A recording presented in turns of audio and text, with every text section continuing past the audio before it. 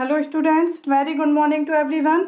तो हम डिस्कस कर रहे थे जो हमारे लॉसेस थे, उस पे बेस्ड लॉसेस और इफिशिएंसी पे बेस्ड न्यूमेरिकल हमने लास्ट क्लास में डिस्कस किया था। अगर डीसी शंट जनरेटर है तो इफिशिएंसी कैसे फाइंड करते हैं, लॉसेस जो है हमारे वो कैसे फाइंड करते हैं। ओके, आज एक और न्यूमेरिकल प्रॉब्लम अपन देखते हैं कि डीसी सीरीज जनरेटर है तो इफिशिएंसी कैसे फाइंड करना है, लॉसेस कैसे फाइंड करना है, और एक और नई चीज अपन देखेंगे कि मैक्सिमम इफिशिएंसी कैसे फाइंड करते हैं और load current at maximum efficiency कैसे फाइंड करते हैं। ओके, तो चलिए हम स्टार्ट करते हैं। सबसे पहले क्वेश्चन पढ़ते हैं। क्वेश्चन में क्या दिया हुआ है, डीसी सीरीज जनरेटर। ओके, कौन सा जनरेटर दिया है, सीरीज जनरेटर। तो सबसे पहले डीसी सीरीज जनरेटर का डायग्राम ड्रॉ कर लेते हैं। ये आर्मेचर है, आर्मेचर के साथ सीरीज में क्या होगा, फील्ड वाइंडिंग कनेक्ट होगा। ओके, हमने आपको यही बताया है कि अगर सीरीज जनरेटर है तो आर्मेचर सीरीज वाइंडिंग जो है, फील्ड वाइंडिंग आर्मेचर के साथ सीरीज में कनेक्ट होगी। अगर शंट जनरेटर है तो पैरेलल में कनेक्ट होगी। ये हो गया आरएसई, यहाँ से करंट फ्लो हो रहा है इसमें आईएल, ये है आईएसई, ये आर्मेचर से जो करंट निकलेगा वो हो गया आईए, ये armature winding RA and this is EG. Okay, voltage drop negligible मान के चलना है क्योंकि क्वेश्चन में कहीं भी वोल्टेज ड्रॉप नहीं दिया हुआ है। ये लोड लगा है, यहाँ पे जो वोल्टेज होगा वो टर्मिनल वोल्टेज हो जाएगा हमारा VT। ओके, अब सबसे पहले गिवन लिखेंगे, गिवन क्या क्या दिया हुआ है। ओके, चलते अपन क्वेश्चन पढ़ते हैं। क्या क्या दिया, आउटपुट पावर ऑफ 20 किलोवाट, मतलब पावर आउटपुट कितना दिया है, P out equal to 20 kilowatt. Terminal voltage of 100 volt, terminal voltage कितना दिया है, 100 वोल्ट। ओके, नेक्स्ट आगे चलेंगे। Armature and series field resistance are 0.0 ohm and 0.02 ohm respectively. इसका मतलब आर्मेचर रेजिस्टेंस कितना है, 0.01, और सीरीज रेजिस्टेंस कितना है, 0.02, 0.01 ओम एंड सीरीज रेजिस्टेंस कितना है, 0.02 ओम। ओके, नेक्स्ट क्या दिया हुआ है, आयरन लॉसेस कितना है, 1000 वॉट, पीआई कितना दिया हुआ है, 1000 वॉट। बाकी कोई भी लॉसेस दिए हैं, नहीं दिए। इसका मतलब क्या है, जो भी मैकेनिकल लॉसेस हैं, friction and windage loss and steel load losses हैं, इनको क्या करना है, नेग्लेजिबल मान के चलना है। Okay, next find. अब ये हो गया गिवन क्या क्या दिया है, अब फाइंड क्या क्या करना है वो अपन लिख लेते हैं। क्या क्या फाइंड करना है, सबसे पहला जनरेटेड ईएमएफ ईजी, उसके बाद कॉपर लॉस, उसके बाद इफिशिएंसी, उसके बाद मैक्सिमम इफिशिएंसी, उसके बाद load current at maximum efficiency. ये 5 चीज अपन को फाइंड करना है इस क्वेश्चन में। ओके, ये हो गया। अब इस न्यूमेरिकल से सारी चीज डाटा अपन ने यहाँ पे लिख लिया है, इसको मैं रब कर देती हूँ।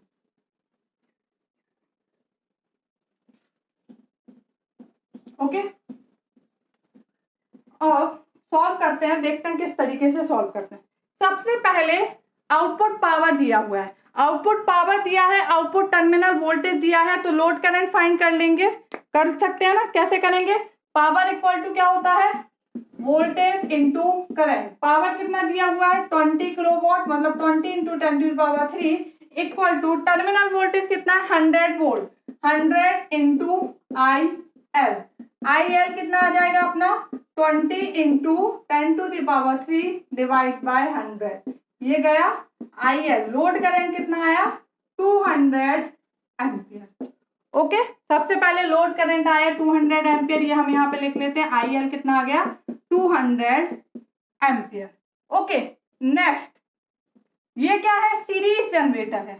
सीरीज में करंट क्या होता है, सेम होता है। Armature winding, series field winding, load, ये सब क्या है, सीरीज में करंट है। ओके, तो IA इक्वल टू क्या होगा, ISC इक्वल टू क्या होगा, IL, क्योंकि तीनों सीरीज में कनेक्ट है। सीरीज में करंट क्या होता है, सेम होता है, इक्वल टू 200 एम्पियर। ओके, तो IA इक्वल टू भी क्या हो जाएगा, 200 एम्पियर, ISC भी क्या हो जाएगा, 200 एम्पियर। ओके, इतना समझ में आया। अब क्या करना है अपन को, सबसे पहला EG फाइंड करना है, जनरेटेड EMF फाइंड करना है। तो जनरेटेड EMF फाइंड करेंगे, इसको हम और सिंप्लीफाई यहाँ बनाते हैं। तो जनरेटेड EMF फाइंड करेंगे तो क्या होगा, ये है series field winding, armature winding connect है, और ये जनरेटेड EMF EG, ये RA है, RSC। ओके, जो करंट है वो कैसे फ्लो हो रहा है, ऐसे, मतलब ये एंडिंग पॉइंट है पॉजिटिव होगा, ये leaving terminal negative, ending positive leaving negative. ये वाला जो लूप है इसमें क्या करना है, केवीएल अप्लाई करना है। ओके, तो अप्लाई केवीएल एट लूप 1। ये लूप 1 अब सपोज मान लिया अपन ने, तो इस लूप 1 में केवीएल अप्लाई करना है। कैसे लिखते हैं केवीएल, हमने आपको बताया है, जब भी चलते हैं कोई भी एक टर्मिनल लेके चलते हैं, या तो फर्स्ट या फिर सेकंड। मैं हमेशा सेकंड लेके चलती हूँ, तो इसमें सेकंड पॉइंट जो है वो क्या है, पॉजिटिव, तो प्लस ऑफ ईजी क्या होगा, यहाँ सेकंड क्या है, माइनस, माइनस यहाँ का वोल्टेज ड्रॉप क्या होगा, IA into R A, minus IA into R A, minus ये क्या है सेकंड टर्मिनल, माइनस इसका वोल्टेज ड्रॉप क्या होगा, ISC इंटू RSC, तो क्या हो जाएगा माइनस ISC RSC। ओके, यहाँ का क्या है, minus V of t equal to 0, ये इक्वेशन बनेगी। आप सॉल्व कर लीजिए, इजी इक्वल टू, इन सबको राइट हैंड साइड ले जाएंगे तो इनके साइन चेंज हो जाएंगे, IARA plus ISC RSC plus V of t।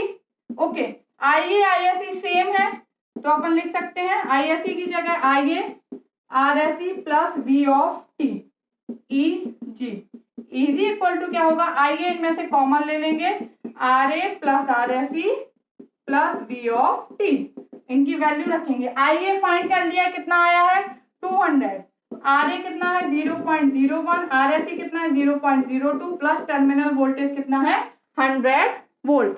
Okay, अब इसको आप सॉल्व कर लीजिए, EG जो है वो आपका कितना आ जाएगा हमारा 102 वोल्ट।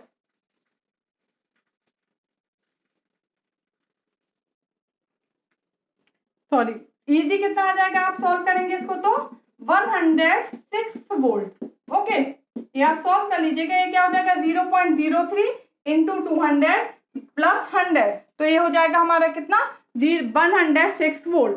ओके, तो जनरेटेड ईएमएफ कितना आ गया हमारा, EG equal to 106 volt.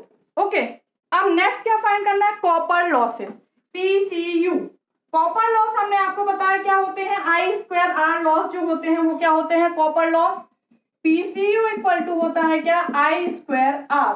Okay, तो लॉसेस कहाँ कहाँ पे होंगे, जहां पे बाइंडिंग होगी वहां पे क्या होगा, रेजिस्टेंस होगा, तो उनका रेजिस्टेंस बाइंडिंग का, उनसे जो करंट फ्लो हो रहा है उसके करंट का स्क्वायर इंटू रेजिस्टेंस मल्टीप्लाई करेंगे तो अपन को लॉसेस फाइंड हो जाएंगे। ओके, तो यहाँ पे कौन कौन से हैं, एक तो है IA2RA क्योंकि आर्मेचर वाइंडिंग का रेजिस्टेंस है, दूसरा फील्ड वाइंडिंग का रेजिस्टेंस है, तो प्लस ISC का स्क्वायर इंटू RSC। ओके, अब ये दोनों तो सेम है, IA का स्क्वायर RA प्लस IA का स्क्वायर RA, RSC लिख सकते हैं क्योंकि दोनों ही सेम है, कॉमन ले लेंगे तो IA का स्क्वायर RA प्लस RSC। इसको आप सॉल्व करिएगा, IA कितना है 200 का स्क्वायर इंटू 0.01 प्लस 0.02। ओके, इसको आप सॉल्व करेंगे तो हमारा कितना आ जाएगा, हमारा 0.01 प्लस 0.02 इंटू 200 का होल स्क्वायर। इसको आप टोटल सॉल्व करेंगे तो ये आपका आएगा 1200 वॉट। ओके, तो कॉपर लॉसेज जो है PCU ये कितना हो जाएगा 1200 what. Okay, PI already given है हमारा कितना 1000 वॉट, ये इतना हो गया। EG फाइंड कर लिया, ये फाइंड, अब फाइंड क्या करना है, एफिशिएंसी। एफिशिएंसी क्या होता है हमारा, आउटपुट डिवाइड बाय इनपुट, या फिर क्या लिख सकते हैं आउटपुट डिवाइड बाय, एफिशिएंसी क्या होता है आउटपुट डिवाइड बाय इनपुट, या फिर क्या लिख सकते हैं output divide by output plus losses. Okay, तो एफिशिएंसी डिवाइड बाय क्या हो जाएगा, output divide by output plus copper losses plus iron losses.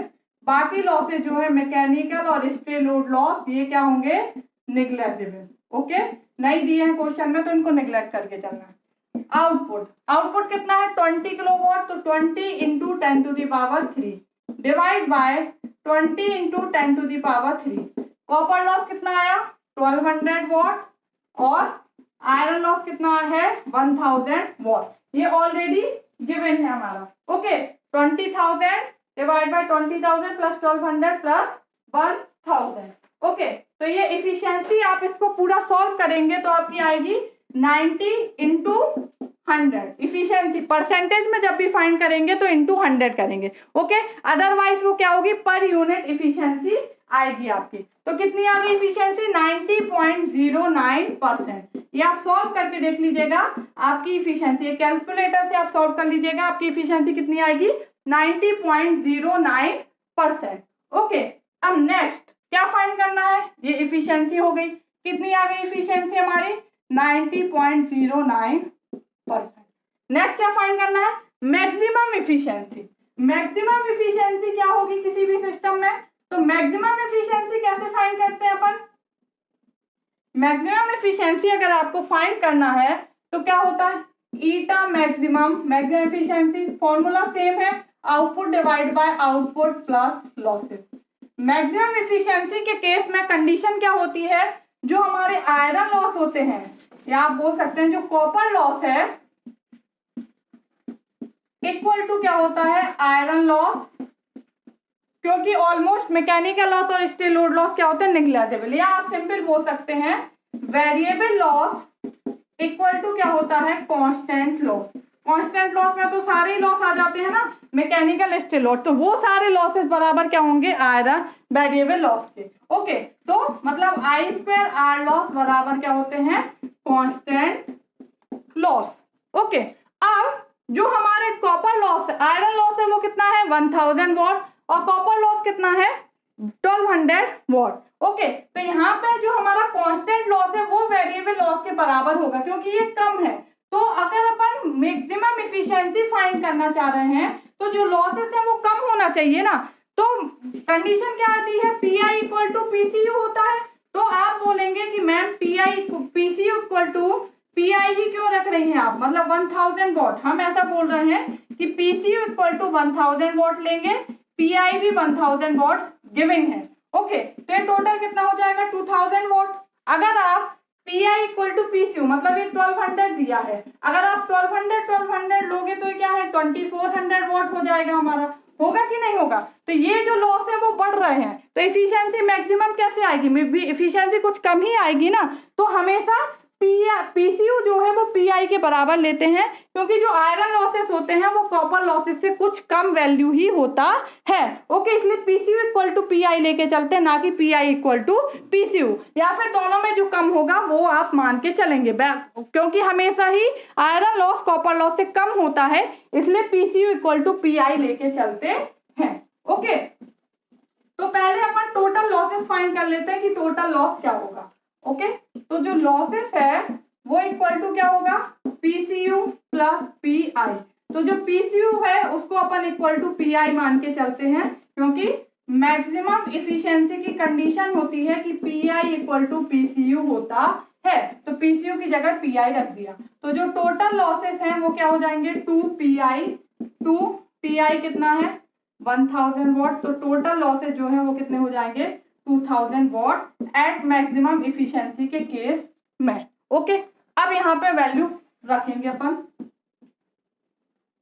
देखिए कैसे, efficiency equal to output power same है 20 into 10⁻³ divide by 20 into 10⁻³ plus कितना हो जाएगा 2000 वॉट। अभी फाइंड किया अपन ने, मैक्सिमम इफिशियंसी के केस में लॉसेस इतने होंगे। ओके, इसको आप सॉल्व करिए इंटू 100, परसेंटेज में निकालेंगे अपन इफिशियंसी, तो ये आप सॉल्व करेंगे तो आपकी जो इफिशियंसी है वो कितनी आ जाएगी हमारी 90.9%। ओके, तो मैक्सिमम इफिशियंसी जो है वो हमारी इतनी ही हो सकती है, इससे ज्यादा नहीं होगी इस वाले मशीन की। आपने देखा था कि नॉर्मल इफिशियंसी 90.09 आ रहा था, ये 90.9, ज्यादा कोई फर्क नहीं पड़ रहा है, पर मैक्सिमम इफिशियंसी इतनी हो सकती है 90.9%।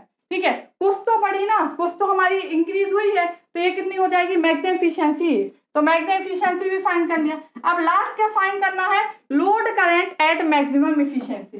लोड करंट क्या होगा जब इफिशियंसी अगर मैक्सिमम होती है तो उस टाइम पे लोड करंट क्या होगा। ओके, तो क्या दिया हुआ है, कॉपर लॉस इक्वल टू क्या है कांस्टेंट लॉस, या फिर PCU equal to PI. PCU क्या होता है, I square R equal to PI। तो यहाँ पे load current at maximum efficiency क्या होगा, IL का square equal to PI by R। तो IL इक्वल टू क्या हो जाएगा, under root PI by R। Okay, तो IL इक्वल टू क्या होगा, under root PI। Iron loss कितना है, 1000 divide by RA plus RSC। ये कितना हो जाएगा, 1000 डिवाइड बाय 0.01 प्लस 0.02। तो इसको आप सॉल्व करेंगे तो जो IL है आपका वो कितना आएगा, 182.57 एम्पियर। ओके, तो ये होगा load current at maximum efficiency, कितना आ जाएगा, 182.57 एम्पियर। ओके, तो ये सारे, तो इस टाइप से हमारे क्वेश्चन बनते हैं। इससे ज्यादा वेरिएबल क्वेश्चंस हमारे नहीं आते हैं। या तो मैक्सिमम इफिशिएंसी पूछी जाएगी, या लॉसेस, या मैक्सिमम इफिशिएंसी, या लोड करंट पूछ लिया जाएगा कि एट मैक्सिमम इफिशिएंसी पे क्या होगा। तो एक कंडीशन अपन को याद होना चाहिए कि मैक्सिमम इफिशिएंसी किस केस में होती है, जब कॉपर लॉस क्या होते हैं, आयरन लॉसेस के बराबर होते हैं, तब हमारी क्या होती है, मैक्सिमम इफिशिएंसी होती है। ये कंडीशन पता होगी तो इसको सॉल्व करके अपन इजीली क्या कर सकते हैं, फाइंड कर सकते हैं। ओके, कहीं कहीं पे क्या होता है, ये हमारा नेग्लेक्टेबल भी, सिंपल क्या करते हैं, I स्क्वायर RA ले लेते हैं, क्योंकि आर्मेचर करंट जो है, आर्मेचर रेजिस्टेंस है हमारा, उसी को अपन सिंपल मान लेते हैं। तो इसमें थोड़ा सा वेरिएबल आ जाता है, बट पूरा तरीके से हमारा इसी तरीके से अपन सॉल्व करेंगे। RA प्लस RSC मतलब जितना रेजिस्टेंस है, क्योंकि जो फील्ड वाइंडिंग शंट रेजिस्टेंस होगा तो उसको अपन नेग्लेक्टेबल मान लेते हैं। ओके, तो अगर शंट बाइंड मशीन होगी तो यहाँ पे केवल IA का स्क्वायर इंटू R ही लेंगे, इस वाले को अपन शंट रेजिस्टेंस हटा देते हैं। बहुत ही हमारा क्या होता है, हमारा ज्यादा होगा तो उससे क्या होगा, कोई भी इफेक्ट हमारा नहीं पड़ता है। ओके, तो इस तरीके से हमारे सारे न्यूमेरिकल प्रॉब्लम सॉल्व होते हैं। तो सारा हमने आपको बता दिया कि कैसे मैक्सिमम एफिशिएंसी फाइंड करते हैं, कैसे एफिशिएंसी, कैसे जनरेटेड EMF, कैसे लॉसेस फाइंड करते हैं, कैसे load current and maximum efficiency upon find कर सकते हैं। Okay, thank you.